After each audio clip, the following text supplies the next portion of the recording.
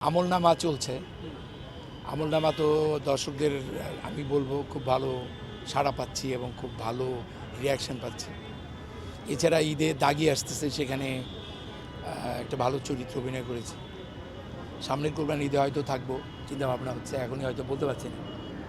তো এছাড়া আরও কিছু ছবিতে অভিনয় করেছি যেগুলো হয়তো সামনের বছর, এই বছর মুক্তি পাবে আর কি। আমার কাছে যেটা হয় কি, এই আমলনামা ছবিটা নিয়ে আমার একটা পজিটিভ থটস আছে। সেটা হলো যে প্রত্যেকটা মানুষ, আমলনামা মানে কি, আমার যে কাজের বিবরণী, সেই বিবরণীটা আমার চোখের সামনে তুলে ধরা। বাংলাদেশের বর্তমান সময়ে প্রত্যেকটা বাংলাদেশের নাগরিক যদি তার নিজের দিকে তাকায়, যদি তার আমলনামাটাকে নিয়ে একটু চিন্তা করে, তাহলে মনে হয় আমরা পাপমুক্ত হব, অপরাধমুক্ত হব। এবং একটি সোসাইটি যদি পাপমুক্ত বা অপরাধমুক্ত না হয়, তাহলে আমার মনে হয় কোনো কিছু ঠিকমতো দাঁড়ায় না আর কি। এবং যেটা আমাদের কারাপশন আজকে আমাদের রন্ধ্রে রন্ধ্রে ছড়িয়ে পড়েছে, তাই না? আমরা 5,000 টাকা দিয়ে, 2,000 টাকা দিয়ে ভোট বিক্রি করে ফেলি। কাজেই ছোট চোর বড় চোর বলে কিছু নাই, সবই চোর।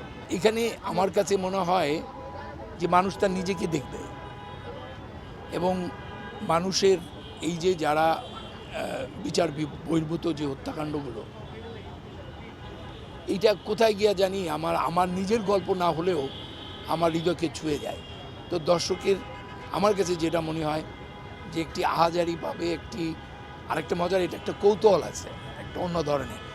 আর অন্য দেশে এটা কি দেখবে জানি না, আমাদের দেশের মানুষ তুফানকে যেমন খুব পছন্দ করেছে, এটা তো আমার মনে হয় দেখছে, ভীষণভাবে দেখছে। সাকিবের সাথে তো অনেক আগে থেকে একটি গুড রিলেশন, এবং এই কাজটি করতে গিয়ে আমি ওকে দেখছিলাম, আমি ওর কাজটা পাশে থেকে দেখছিলাম নিবিড়ভাবে।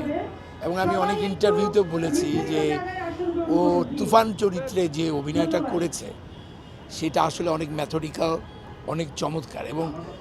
এবং আমি ব্যক্তিগতভাবে মনে করি ওকে আমি হিরো মনে করি। He is a hero. আর হিরো না আসলে তৈরি করা যায় না, নায়ক নায়িকা তৈরি করা যায় না, নায়ক নায়িকা তৈরি হয়। অভিনেতা অভিনেত্রী কিন্তু আমরা গ্রুপ থিয়েটার বা আমরা যেটা পাই, আমরা অভিনেতা যারা আছি, একজন রাইসুল ইসলাম আসাদ তো হুট করে হয় না, একজন হুমায়ুন ফরিদে হয় না। কিন্তু নায়ক নায়িকাটা এটা একটা প্রকৃত পদার্থ। সাকিবের মধ্যে কিছু একটা আছে, তা না হলে তার এরকম একটা ফ্যান, এরকম একটা গ্রুপ তৈরি হয় কেন? কিন্তু অভিনয় করতে গিয়ে আমি অনেককে সিরিয়াস পেয়েছি, ভীষণ মাত্রায় সিরিয়াস পেয়েছি। অন্য ছবিতেও কী করেছি সেটা আমি বলতে পারবো না, কিন্তু আমার কয়েকটার হিসাবে আমার কাছে মনে হয়েছে 2বার 3বার ডিরেক্টর ওকে করার পরও বললো, মনে হচ্ছে যে আমি কি আরেকটা টেক দেবো। এটা তো ভালো লাগে। তো একটা গুড টিমওয়ার্ক ছিল কিন্তু তুফানে। এটা হচ্ছে না, ইন্ডাস্ট্রিটা তো দাঁড়ায় নেই এখন। সিনেমা হল 200টা, তাই না? বাংলাদেশের জনগণ কত? 17 কোটি। 50 লাখ লোক যদি সিনেমা দেখে, তাহলে মাসে কত টাকা রোল হওয়ার কথা? আমার বাইরে যাওয়ার দরকার নাই। আপনি সিনেমা হলে সিনেমার দর্শক নিয়ে আসার চেষ্টা করেন। যেই পর্যন্ত সিনেমা না হবে, সবাই ঈদমুখী থাকে। একটা দুইটা ছবি দিয়ে তো একটা ভালো অভিনেতা অভিনেত্রী তৈরি হবে না। আমি আসলে এখানে সিয়াম, নিশো, সাকিব সবাই তো আমাদেরই কাছের মানুষ। আমি যদি মনে করি সবগুলো ছবি ভালো চলে, ভালো তো, ছবি চলুক, দর্শক দেখতে আসুক। আর আমি সবসময় একটি কথা দিয়ে শেষ করি, সেটা হচ্ছে বন্যেরা বনে সুন্দর, শিশুরা মাতৃ করে। ঠিক একইভাবে সিনেমা বড় পর্দায় ভালো লাগে, অন্য কোথাও ভালো লাগে না। বড় পর্দার যে মজা, আনন্দ, সেটা ওই মোবাইলে বা টিভিতে হয় না। তো আমরা সবাই বড় পর্দায় এসে সিনেমা দেখি, কারণ সিনেমা হলটা আমি সবসময় মনে করি একটি মানসিক স্বাস্থ্যকেন্দ্র।